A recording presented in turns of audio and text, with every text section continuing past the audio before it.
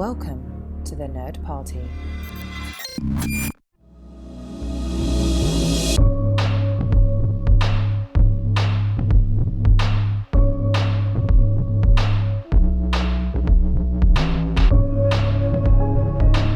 Welcome to the House of Cameron, the latest entry in the Houselights series here on the Nerd Party Network, where we look at the works of directors from start to finish, from beginning to end.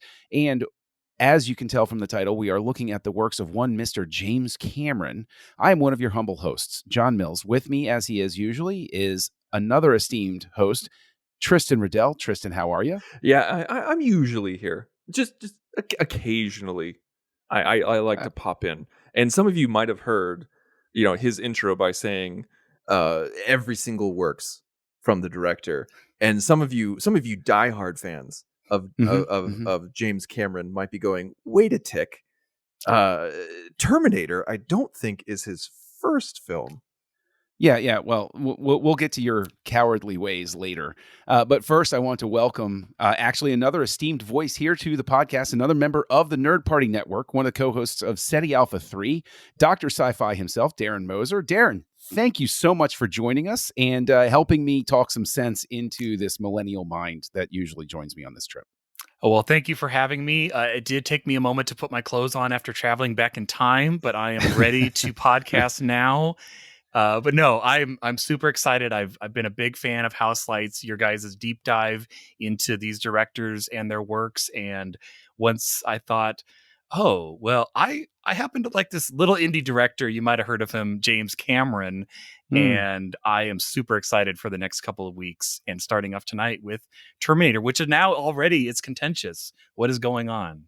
Yeah, well, listen. We all know that Piranha 2, The Spawning, was James Cameron's first directorial effort, and it is, in fact, available for people to watch. However, it was a very early work. I don't think Mr. Cameron really acknowledges it. Tristan, would it be fair to say that he regards it the same way that David Fincher would regard Alien 3, if not in lesser esteem? Oh, I think, yeah, that's the first thing that popped in my head when I started looking at Piranha 2 is that, yeah, this is vaguely familiar with Alien 3. He even got fired from the movie. And so that's why I have no problem moving on from Piranha 2 onward to Terminator. And you totally blocked me from this really cool segue about how, like I was gonna help you introduce Darren because he and I were totally on board with skipping Piranha 2, and you're like, no, I'm too hardcore for you young folk. I need to do Piranha 2. Well, the funny thing is, no, I didn't. It's all a bit. There's no way I'm going to watch Piranha 2. The closest I ever got to watching Piranha 2 was in a Blockbuster, so many years ago. Remember those kids? And I was walking through, just browsing the aisles and everything. And it's like, I'm there with my friend. I'm like, Piranha 2, The Spawning. Oh my gosh, this looks directed by James. What? And it was one of those things where you have an I after his name? Like, it can't be the same name, the same person. Exactly. And it spurred me on to weeks because the internet was not quite as robust as it was back then. So it spurred, just weeks of hardcore research to make sure I had read the back of that jacket properly. Because I personally can't believe it. But, considering that Cameron got his start with Roger Corman, including doing the effects photography for Battle Beyond the Stars, and those sorts of things, which is interesting because if you watch Battle Beyond the Stars and you pay close attention to the effects, we'll be doubling back to that with Aliens, with some of the photography of the spaceships there. So I think that one of the things that everybody loves to talk about is their first encounter with a director's work. And so, Darren, you're our guest. So I want to throw it to you first. What was your first encounter with the Terminator, the classic 1984 film that launched Schwarzenegger's career, really, as well as Cameron, and put him on the map? It's his Jaws, really, just really putting him on the map in that way. Not that we have to talk about another director. I know it's the Cameron hour, but, my first experience that comes to mind would probably just be those smatterings of behind the scenes type effects videos you would see that were talking about like Stan Winston Studio or other effects. Like I was always into visual effects. And so I think I already knew about like the T 101, model before even seeing the movie, because it was such an iconic special effect, which I think was a big draw to Terminator for many people, was the effects. I mean, the story as well, but also the groundbreaking effects. But then, yeah, probably the first time would probably be a Blockbuster Video, would be browsing those aisles. And, at that time, it might have looked like this Arnold with the big red eye. Is he man? Is he machine? Oh, yeah. He's larger than life. And the name Terminator. I mean, it doesn't get more 80s sci-fi than that. So that's, from my recollection, knowing about the creature from sci-fi documentaries, but definitely, visiting your local Blockbuster, or maybe a Hollywood Video if it was closer. So when you did watch it that first time, was it a positive experience? Did it blow your hair back the way it did so many other people? Was it instantly part of your lexicon? What was your reaction that first time?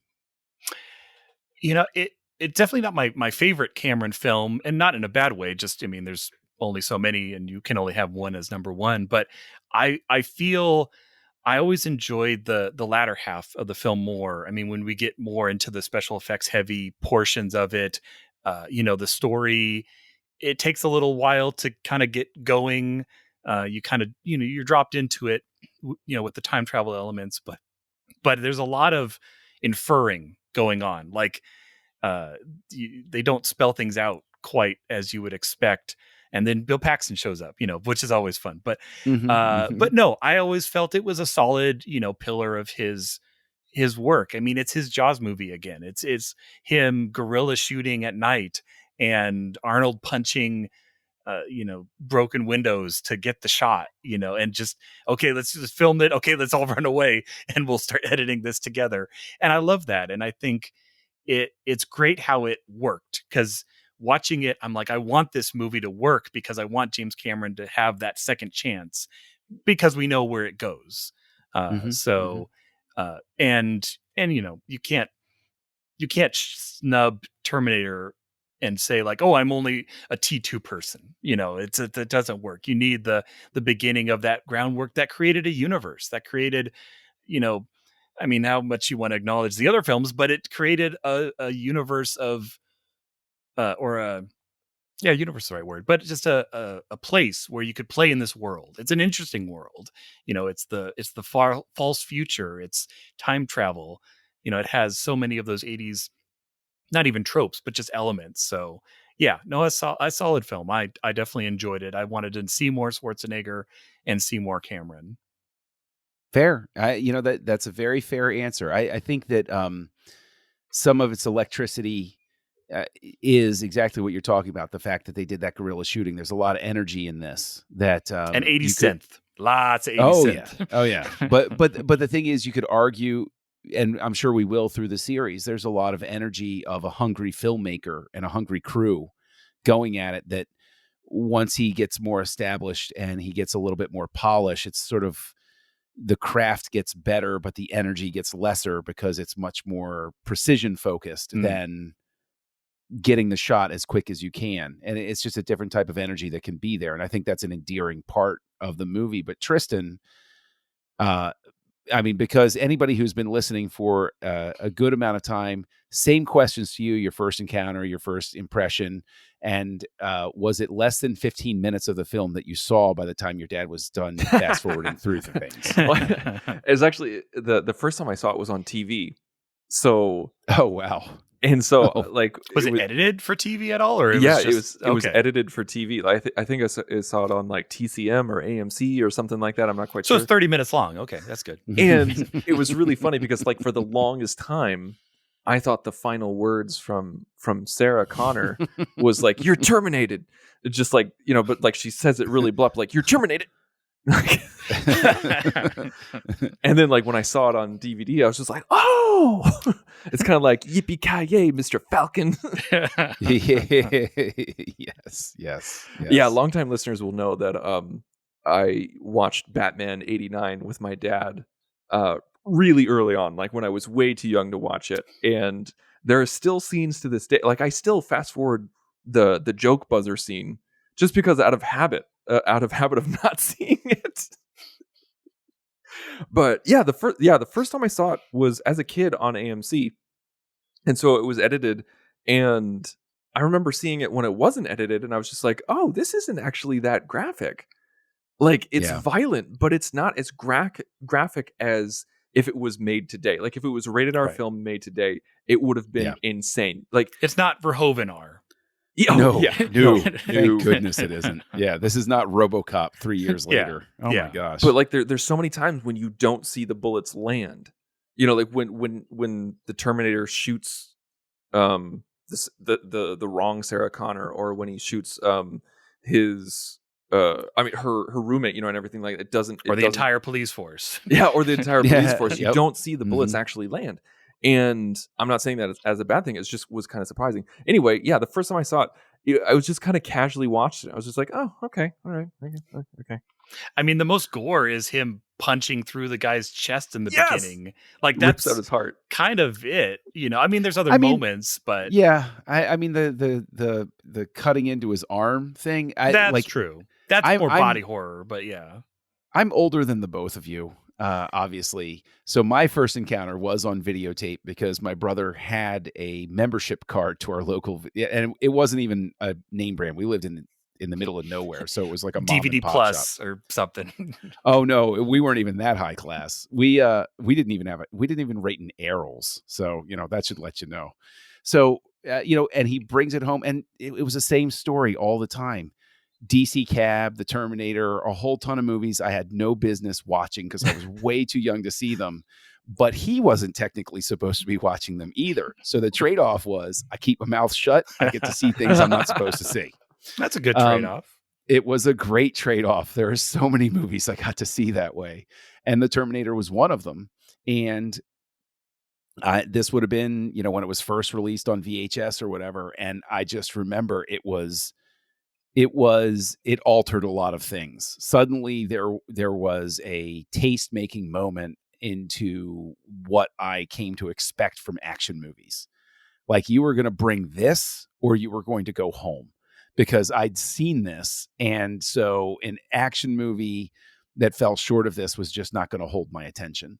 And to this day, like when I was younger and to this day, I still say the thing that really secured it that R. I mean, obviously there's plenty to secure it in R, but you could have gone in and like gone to bat and made a couple trims and made it a PG-13 or something like that, right? If you really fought that way.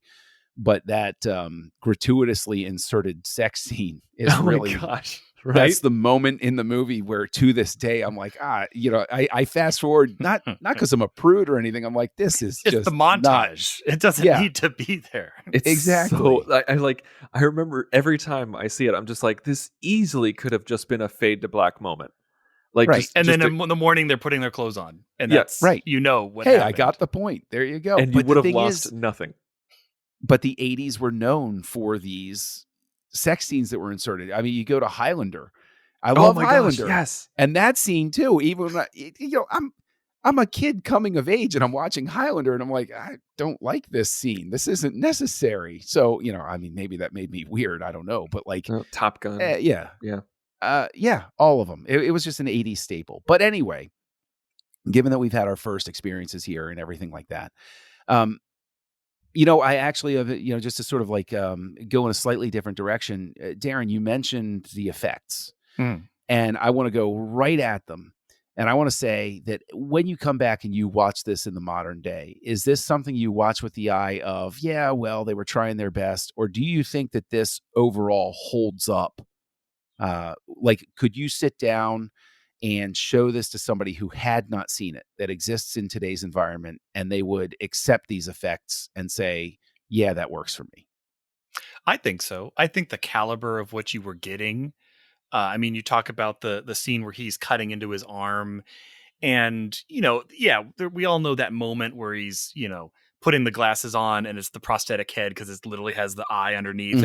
And that, of course, is the shot we judge the most with our eye, because we look at that and go, that's not possible, and so Mhm. that's where it has to hold up the most versus a duplicate shot or some sort of reveal shot. But I think especially the climax, because the climax where it's the full on skeleton, like walking at you, Yeah. climbing after her. And so much of it is done.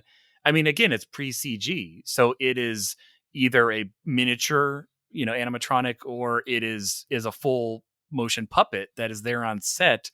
And they've built enough to that moment where you buy in. It's like showing the T-Rex at the end where you buy in that he's standing there in full daylight with the banner waving. This is Jurassic Park, by the way, but Yeah.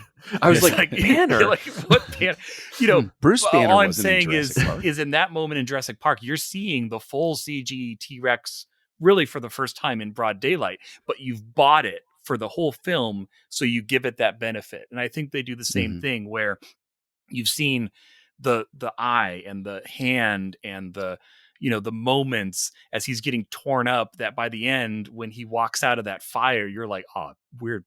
Like you feel her fear, and Mhm. and that washes over any sort of is the go motion a little clunky? Is the effects? Yes, like we see that and we know that, but I totally think it would stand up for a first viewing and make someone a Terminator fan. I think it definitely would.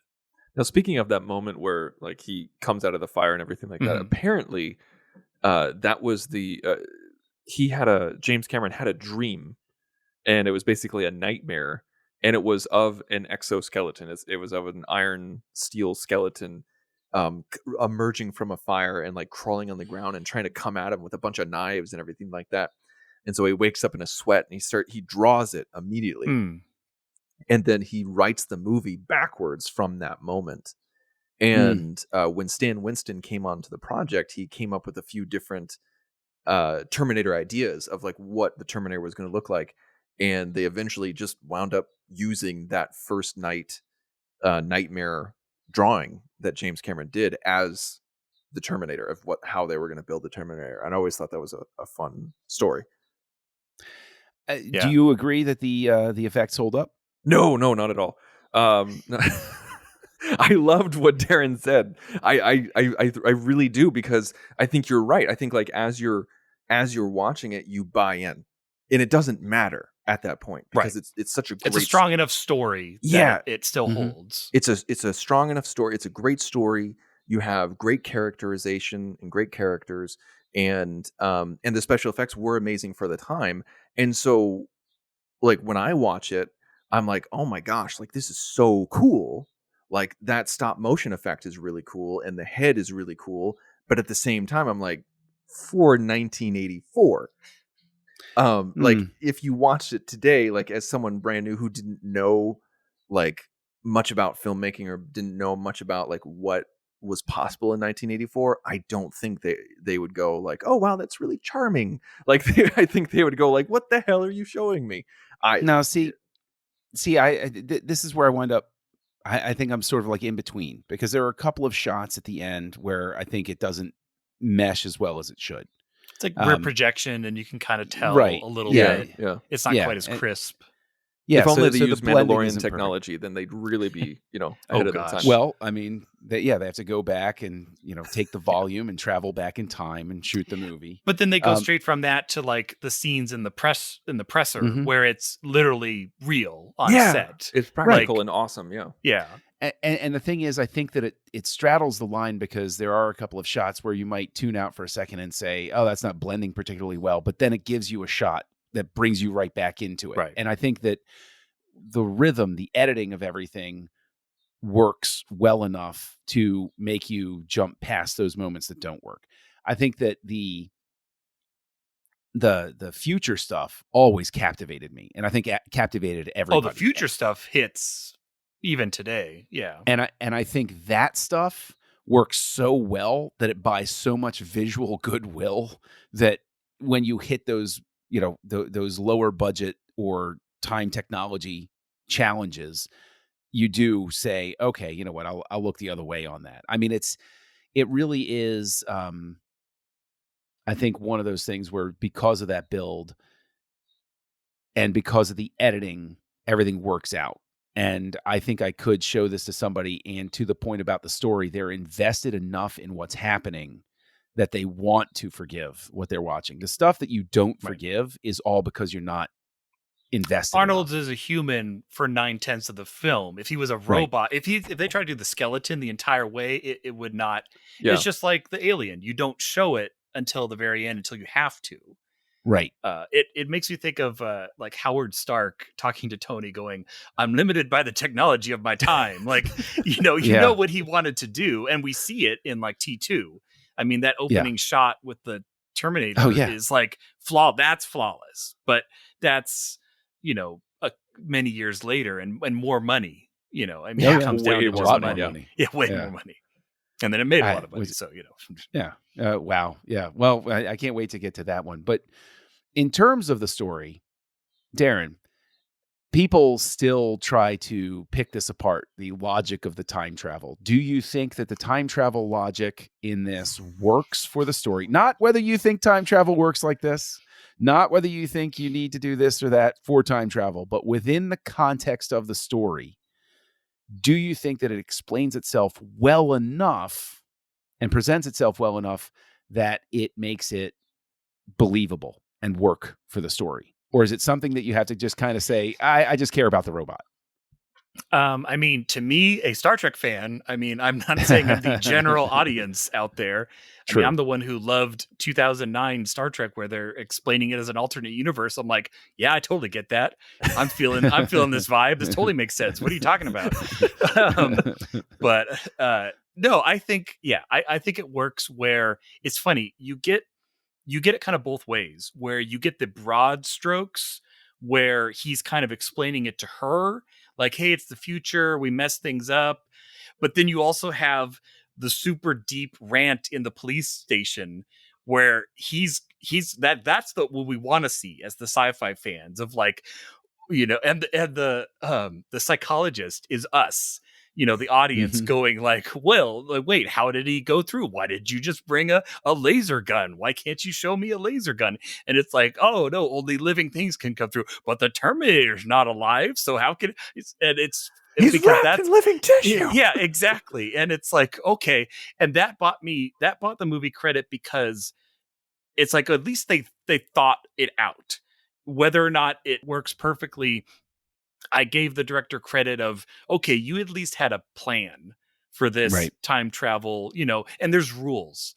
And with sci-fi, if you have rules and you set them up and you follow them, that's really all you can do.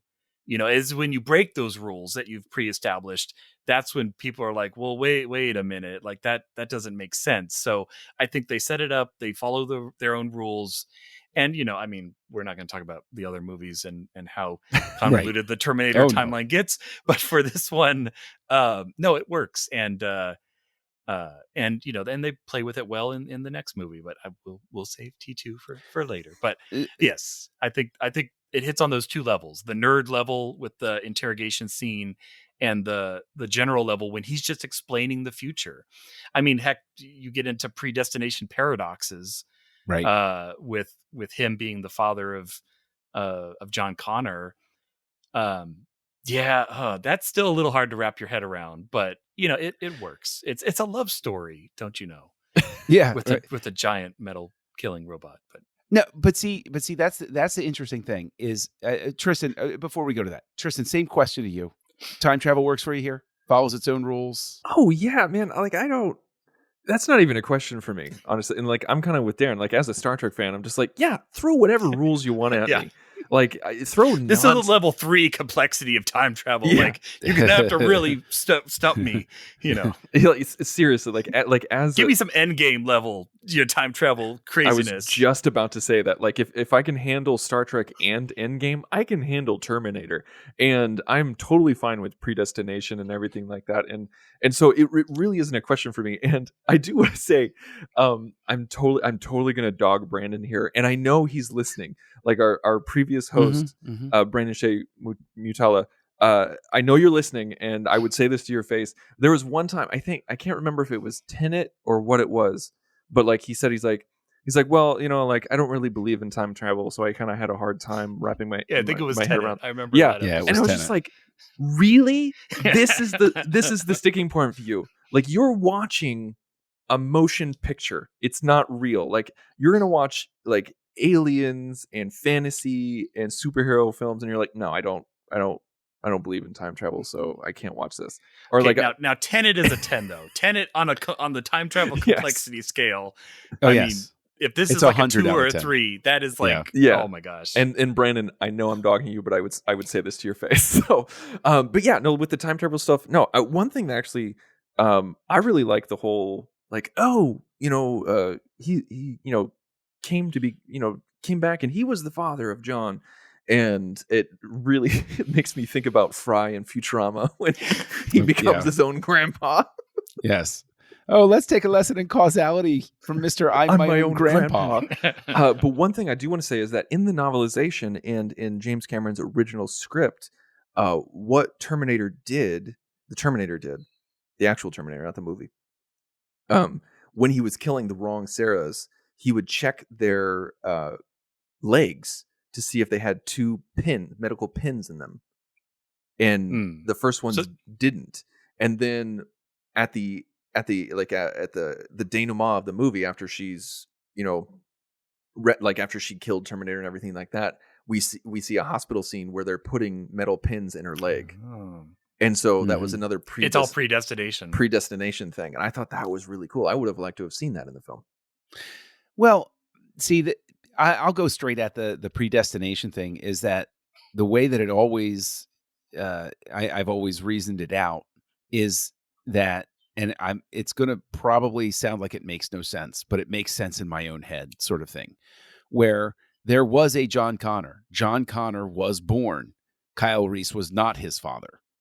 But the moment that they went back in time, they always went back in time from that moment forward. So to us, that was always the way it was. So we talk about predestination paradoxes, but it wasn't that way until it happened. And then they altered the course, but it still basically becomes a macro versus micro history sort of thing.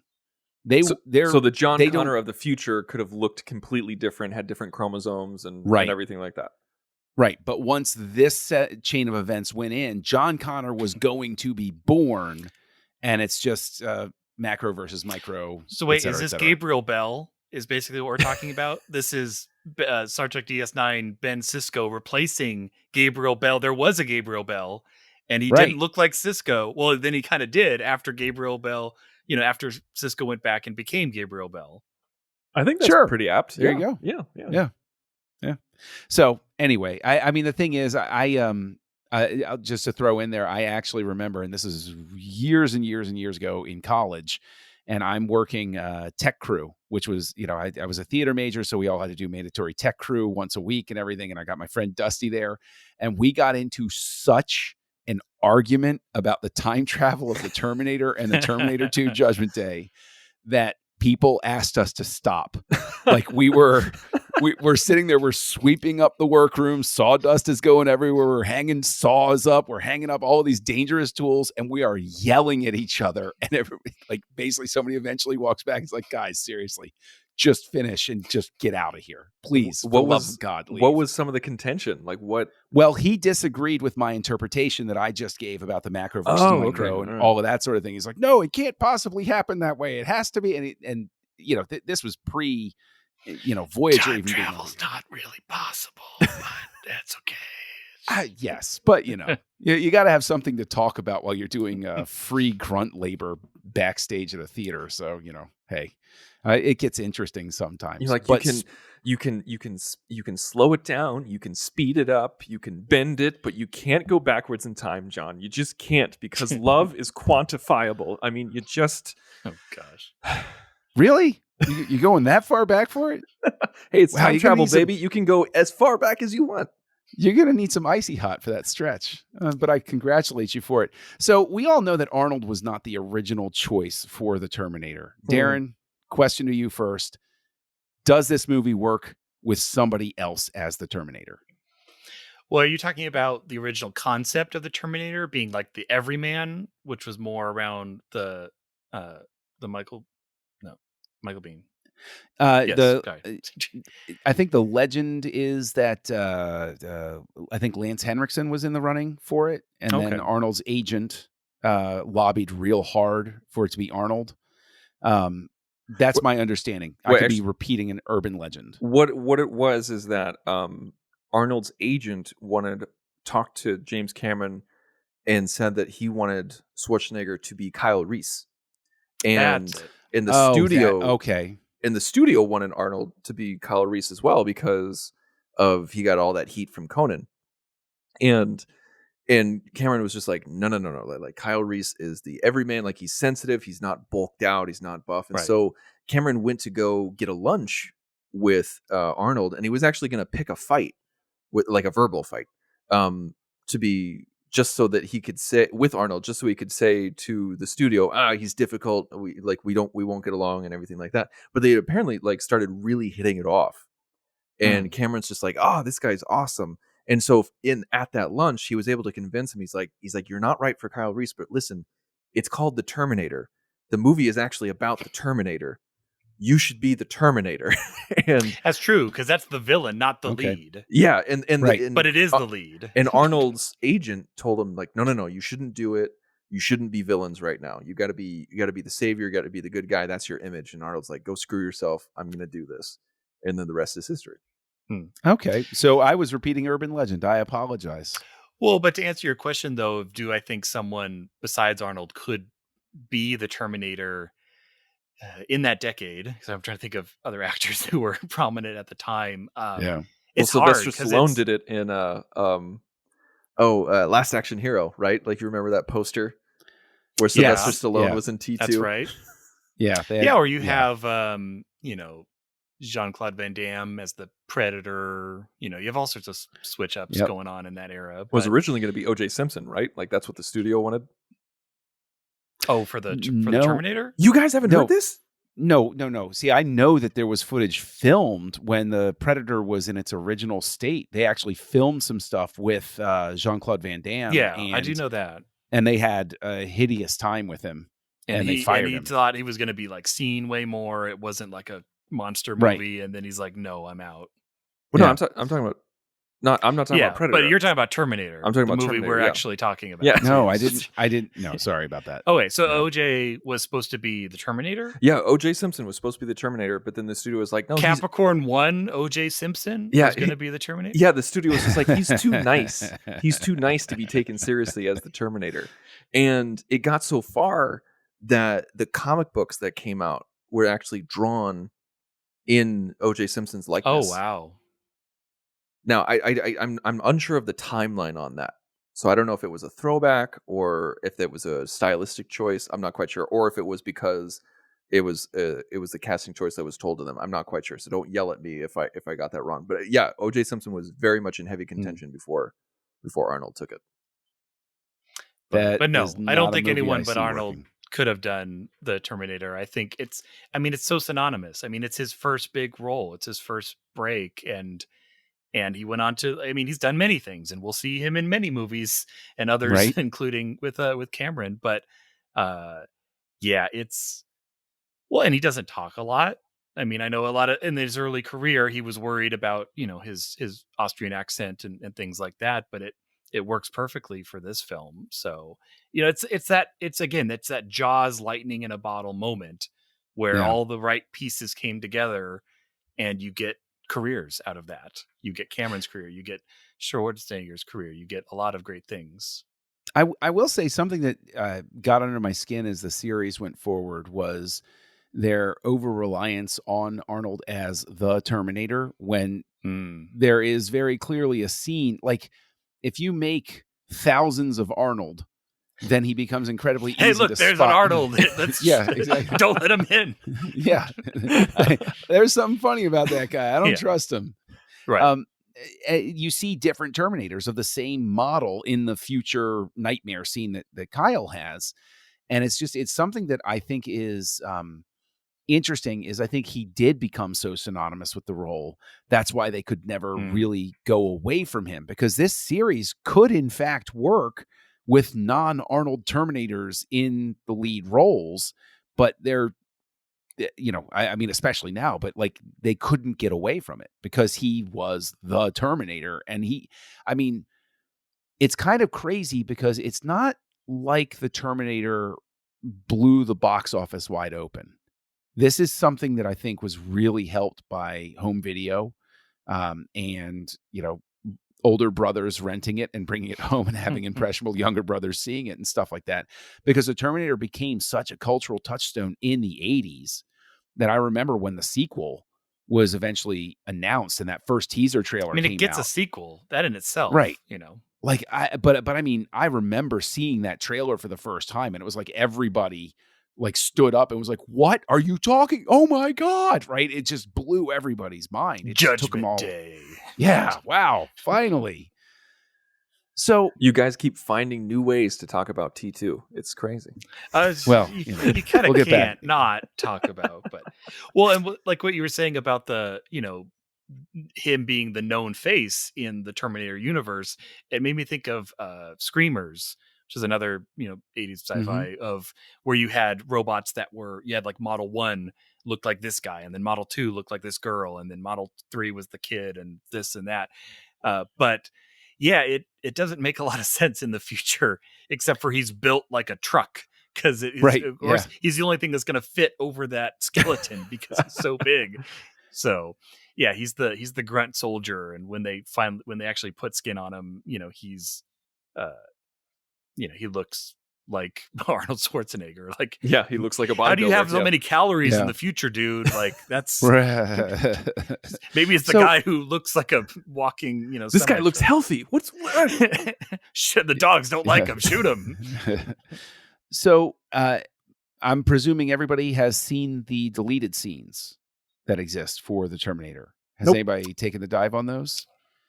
I can't recall. There's actually the one I wanted to talk about to ask if you think it would have enhanced the film at all. Is there is a scene where Sarah runs from Kyle, and he tackles her, and they're in the woods, and he has this emotional scene where he looks around and he's very affected, and he says, "I'm not supposed to be seeing any of this." He goes, "You don't understand. I don't see trees and green and those sorts of things." But it was excised, and I just didn't. I mean, if you had seen the scene, I didn't know if anybody thought it would work back in, because it gives Sarah, after they've joined forces after the first chase and everything, she still tries to get away from Kyle, and I think the reason they cut it is because she has to be. It breaks the rhythm of her being all repetition. In you don't need. Yeah. I like the idea of that whole. He's in awe of the green and of the forest and everything like that. But yeah, I think Darren's right that it's too. Let's not beat a dead horse. Like, we've already done this. Like, they've gone through it together. He's clearly proven himself to be a protector. Yeah. It's more interesting. It makes me think of the scene where, again, he falls asleep in the car, and you see the machines, the dump truck and construction equipment in the background, and he flashbacks, and we get the flash forwards, whatever, to the future where he's remembering the war, and so I can also see that being a reason they cut that, because we don't need. It's already inferred that he's a fish out of water in this time, because this is his future of this post-apocalyptic wasteland where everything is gray and night. I mean, we don't ever see daylight in this future, and then he gets jolted back, awake.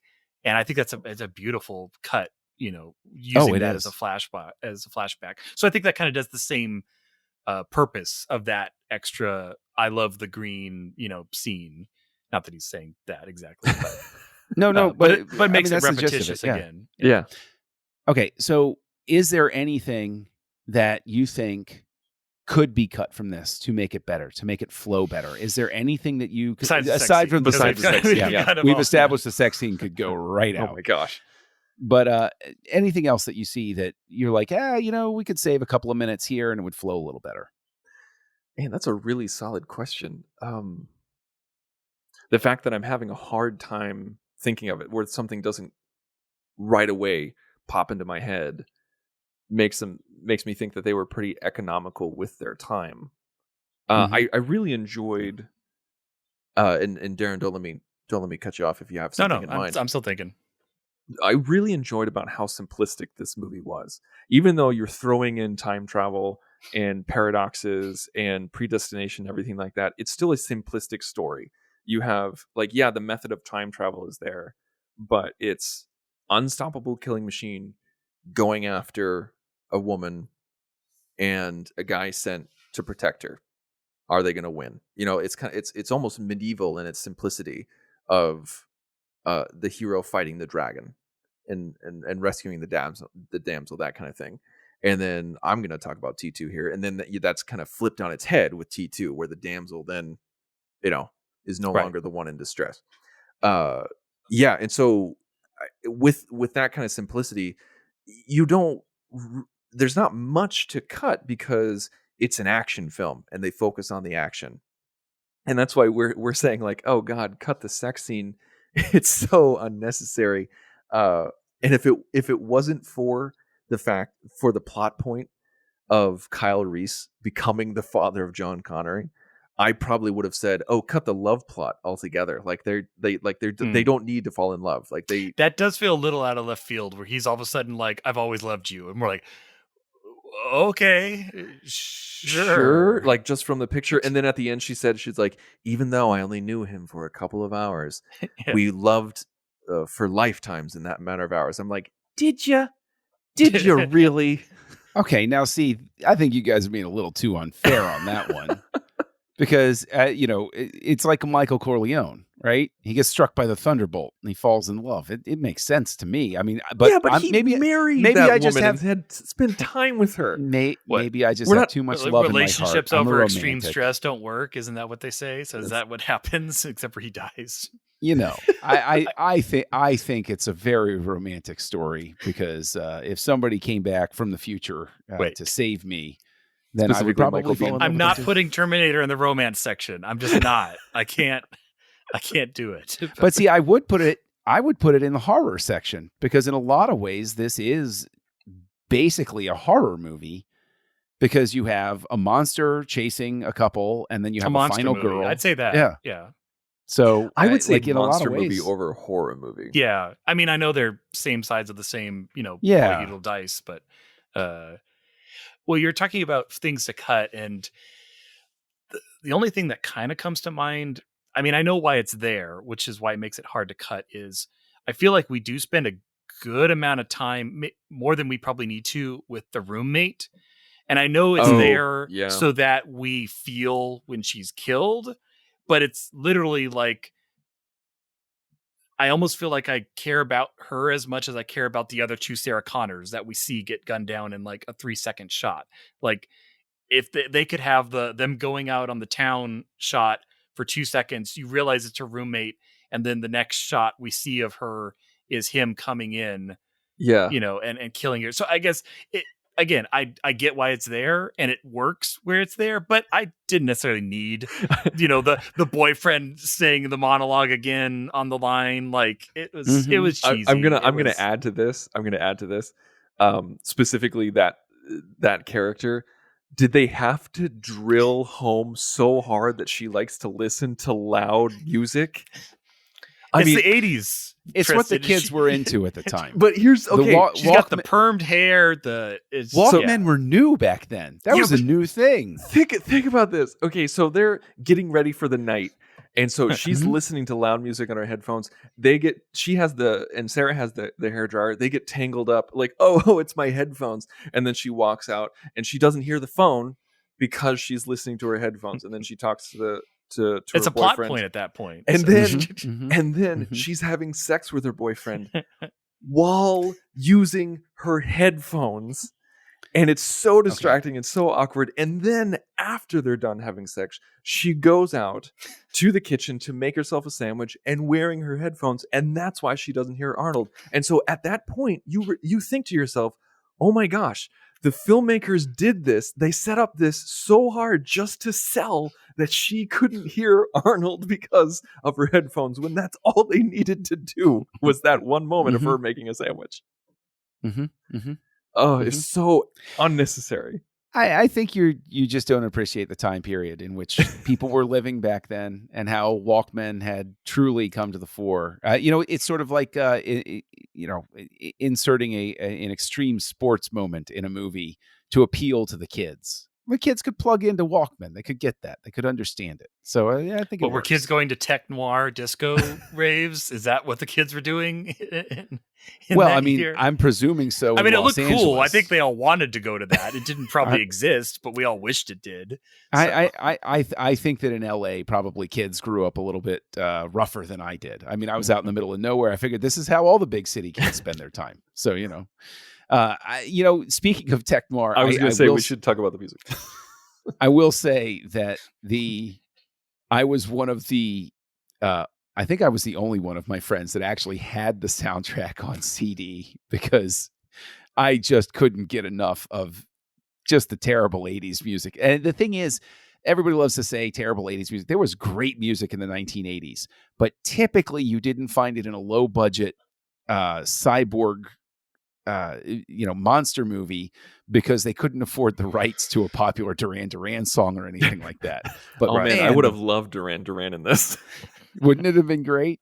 But yeah, Tristan, you the music, does it work for you? Oh no, my God. So I know I was actually worried.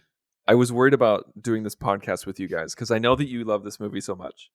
And I was like, oh man, this music is so terrible. Like, it's distractingly bad. Like, that's how bad it is that I am distracted by how garbage the music is. And I was scared that you guys were going to go, no, it's the 80s. It's amazing. So it's really refreshing that you guys... RoboCop music is good. I love RoboCop music. Basil Polidaris brought it in that movie. You got that anvil clash. Yes. You're like, yeah, we're going to kick some butt. It was not brought in this film. Like, now, it has an iconic theme. The theme, it does, is when they use the theme. Yeah, it and only when they use the theme. It's mind blowing. I remember I remember going to my sister's viola recital. Well, I mean, like, it was an orchestra thing. She was a part of the orchestra, and they played the Terminator theme. And so, like, imagine all these fifth graders playing the Terminator theme poorly, and and they end with, like, they all say on cue, "I'll be back," and that was still preferable to this soundtrack. Wow. Well, because it's used in the title, in the very beginning, and then, like, we have, like, the second, I don't remember what it's called, but the refrain of it when, like, they're coming closer in the love story part. We get it a couple more times. The piano version. Yeah. The Terminator theme as a love song is pretty weird. and then I think at the very end, where she's smoking her cigarette and taking her photo for the flashback. Flash forward. Amazing. Flash forward, flashback. We've got to go back. Yeah. It's it's tough because, obviously Brad Fiedel is doing the best he can with the money that he has and the equipment that's available, right? And so synthesizers were a thing. They were a true. thing. But at least we got the theme song out of it. That iconic Terminator theme is solid. And I know, and the thing is that, Darren, you started doing it a moment ago, but the music from the any chase moment really is just, it's just ridiculous. I think it's like it's like Tristan said, it's distracting because it's like no music. Boom, we're obviously in a chase scene because we just cranked the music to 100 and we're running for our lives, and we're like, okay, we get it. There's ways to show tension without jamming on the keys. You just called me Philip from like the co-host of SETI Alpha 3. I feel like we're in some sort of extramarital situation here where you actually yell out it's the hard wrong enough name. For me to keep Daniel and Philip apart, guys. I'm just not gonna lie, it's a lot for my brain to keep track. So, okay. So we've covered the music. We covered the stuff, that we would leave in, maybe take out, those sorts of things. Darren, any final thoughts? Is there anything that you would, give as an elevator pitch to convince somebody to try to watch this movie if they've never seen it before? Oh, I thought you were saying elevator pitch to get this movie made. I'm like, I don't know how I'm going to do that. Oh, I don't know how he pulled that off. Nightmare fire robot comes Yes. back in time. No. But there's a love story, you know, something for the ladies. You know, No, I would not throw that into. Oh yes, and the sleazy producer. Is there a sex scene? There can be. Yeah. Yes. We'll find it'll be montage, real classic stuff. Yeah, piano music. Oh gosh, yeah. But not with a popular song behind it because we can't afford it. No, because that's what they would have done. Never going to lots of the rights for that. Yeah, lots of cross dissolves. You like cross dissolves? We got a sale on them, so we're gonna put them in a lot. But no, elevator pitch. Yeah, I mean, it's hard because it's like it's so many things. It's a time travel movie. It's a monster movie. It's a love story, sorta. You know, it's an 80s movie.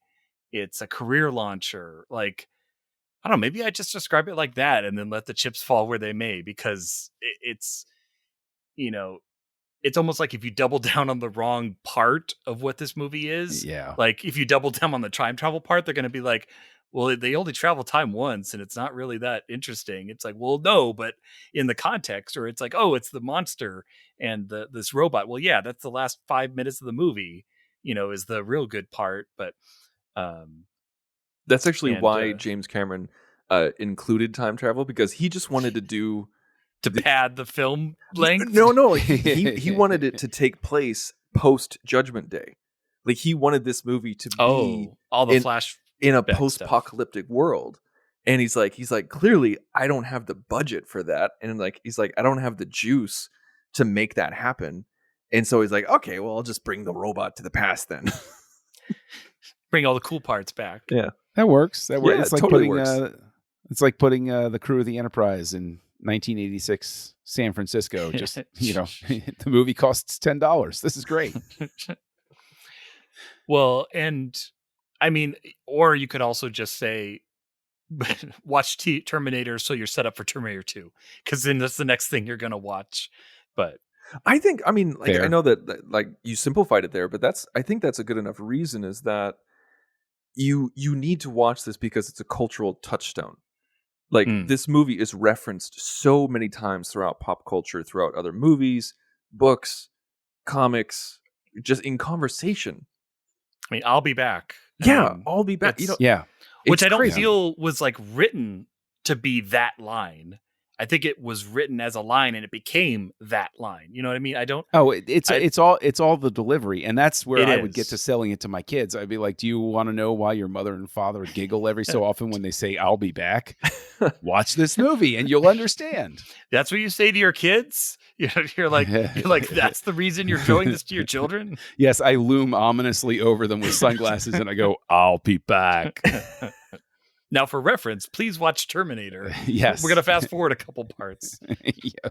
Here and there. No, that's a good. Yeah. The line was actually, "I'll come back," and Arnold just said that, which just makes it even funnier, because I think of The Simpsons with Rainier Wolfcastle and Up and Atom, where he can't get that. Any Simpsons fan of longstanding knows he's sitting there working with a dialogue coach, and Radioactive Man's signature line is "Up and Atom," on a beautiful play on words, as Bart says. And up and at 'em, up and at them, up and at 'em, up and at them.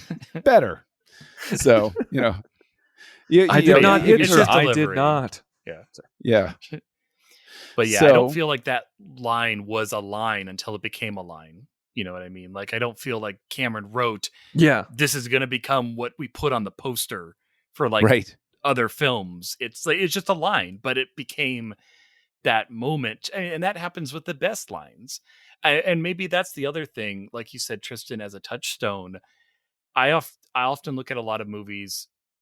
Mostly this applies to comedies, but it applies, I think, universally as well. How quotable things are is often a good reflection of is the movie good? And I mean, on one end you have like Galaxy Quest, where you can quote like every 5 seconds you have a new line coming in, but in a movie like this, I think of like Kyle's rant about the future, and I think of, lines like "I'll be back," or and I need your gun and your clothes, Yeah. and and all of that we end up getting, and there's some great moments, and it's definitely not quotable every 5 minutes, but it's definitely there. Yeah, it is.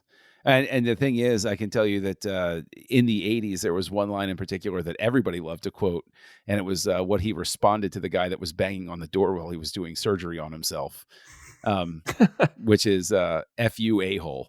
That was a touchstone line for kids in the 80s, big time. You could tell whose parents weren't monitoring what they were watching closely Yeah. enough very Oh, easily. this is a go okay scene. He's just in the hotel room. There's no one else around. Oh, it's Oh another swear dear. word. Yeah. Who are the latchkey kids? You can find out on the playground. Guilty. So, I have loved this discussion because this is, listen, for all the posturing about like Piranha 2, this really is James Cameron's real first film. Uh, you know, that he brought to fruition. It launches his career. It sends Arnold out there, makes Linda Hamilton a star. Um, Maybe not as big as Arnold, but it makes her a star. I feel a little bit bad for Michael Biehn because he's a big reason why this movie works, and he doesn't get a whole lot of credit given that Arnold gets so much. But all of that said, I mean, I think that it's time that we deliver some sort of rating to it. I don't know whether we're going to say stars or do something cheeky like, CPU processors, but that gets ahead of T2 anyway. But so how many? This is our Terminator/Terminator 2 review, because we basically covered. You know what? Listen, man, a third of that film. We traveled back in You time. can't not talk about T2 at least a little. We traveled back in time from our Terminator 2 review to insert these specific moments into this one. So, Darren, on a scale of 5, 5 highest, 0 lowest, where do you rank the Terminator? In just Cameron's work, or? Oh, no, just overall. Just overall. Yeah, overall, if somebody said, soup to nuts, what do you rate this movie out of 5? You give it a 2. 2 out of 5, really? Yeah, again, I'm even though you said overall, I'm gonna give it. I'm still also looking through that Cameron lens of like where he's gonna go, and again, it's not my favorite film. I'll probably watch T2 more times over than popping this in, but and I also don't like giving half points, so that's me. Fine. But yeah, I'd give it a 2 out of 5. Like, would I recommend it if I knew someone would like it? But I wouldn't necessarily use it to like introduce someone to science fiction or 80s science fiction. Like, there's way more things that are easier to kind of get in. Okay. So I'm taking it because you don't give half stars, you're rounding down, not up. This isn't one where you're okay. Just wanted to make sure.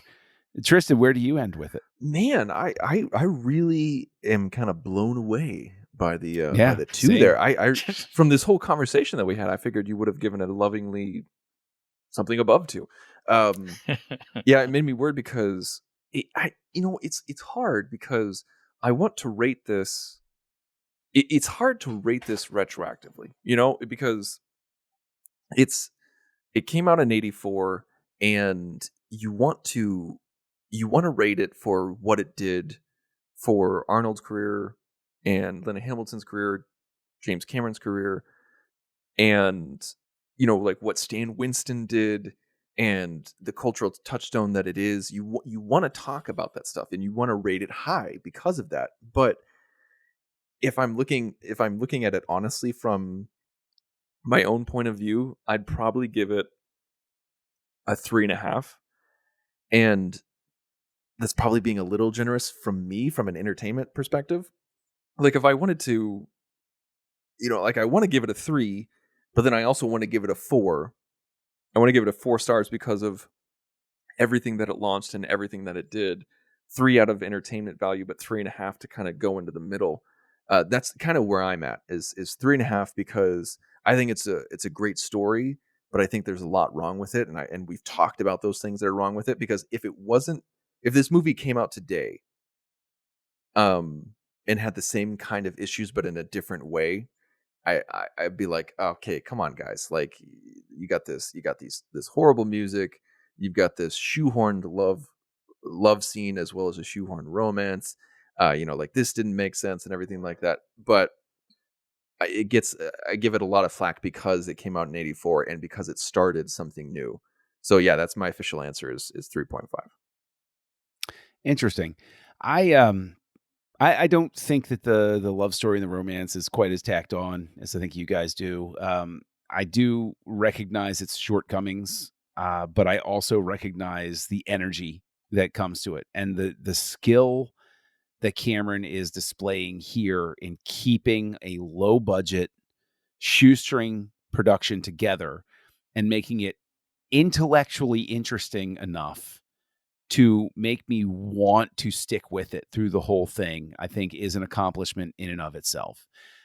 There are other things I could easily harp on, and there are other things that I could easily look away from because I was a child of the 80s, and this movie is ridiculous. Like, emotionally, this is a 5-star movie, like, because of everything that it gave to the world and everything that it gave to a whole bunch of, as you said, Tristan, latchkey kids who, had, very little supervision over what was going into their eyeballs and stuff like that. So, if I'm brutally honest and I recognize its shortcomings, probably I end up at 3.5. But the heart wants what it wants. And I think one of the things that we gloss over is that Paul Winfield as the detective and Lance Henriksen as the cops in LA are so delightful in this movie. They are terrific. Dr. Silberman is terrific. When the movie catches on fire and works, it works so damn well. It works better than it should.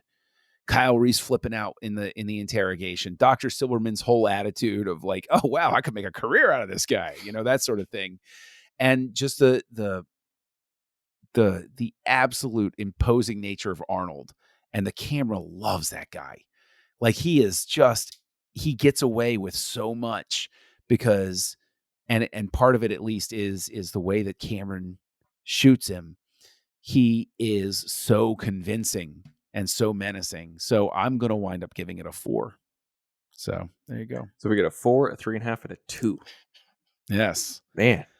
We're off to an auspicious start. And, Darren, I think, predicted that by saying this is going to be a contentious discussion. And we've ended on that contentious note. But if people want to come at you, travel backward or forward in time on social media and online and find you, Darren, where can they get you?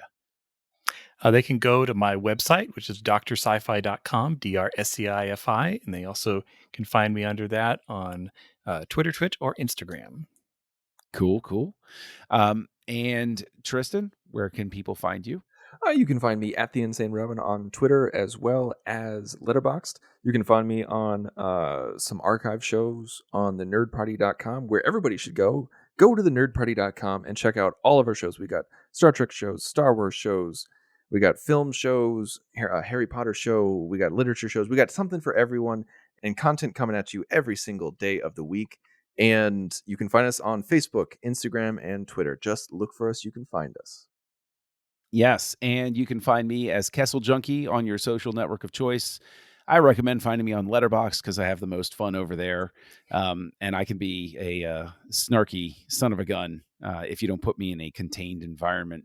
You can find me actually here on the Nerd Party as part of Aggressive Negotiations, which is a Star Wars podcast. I share the mic with Matthew Rushing. And just to make sure people check it out, Darren, you are a part here on this network of SETI Alpha 3, which is our flagship Star Trek podcast, and that is very, Star whatever, Star something. Whoa, wait, yeah, whoa, yes. Star Trek podcast, as well as Goodnight Moon, as well as Goodnight Moon. That's right. As many episodes, but I occasionally podcast with my daughter as we talk about stuff. A lot of fun, movies, film, television, science, and life science. Yeah. So you know what? Until next time, when we return to talk about another landmark cultural touchstone 80s film, Aliens, will be back on Houselights. Join the revolution. Join the Nerd Party.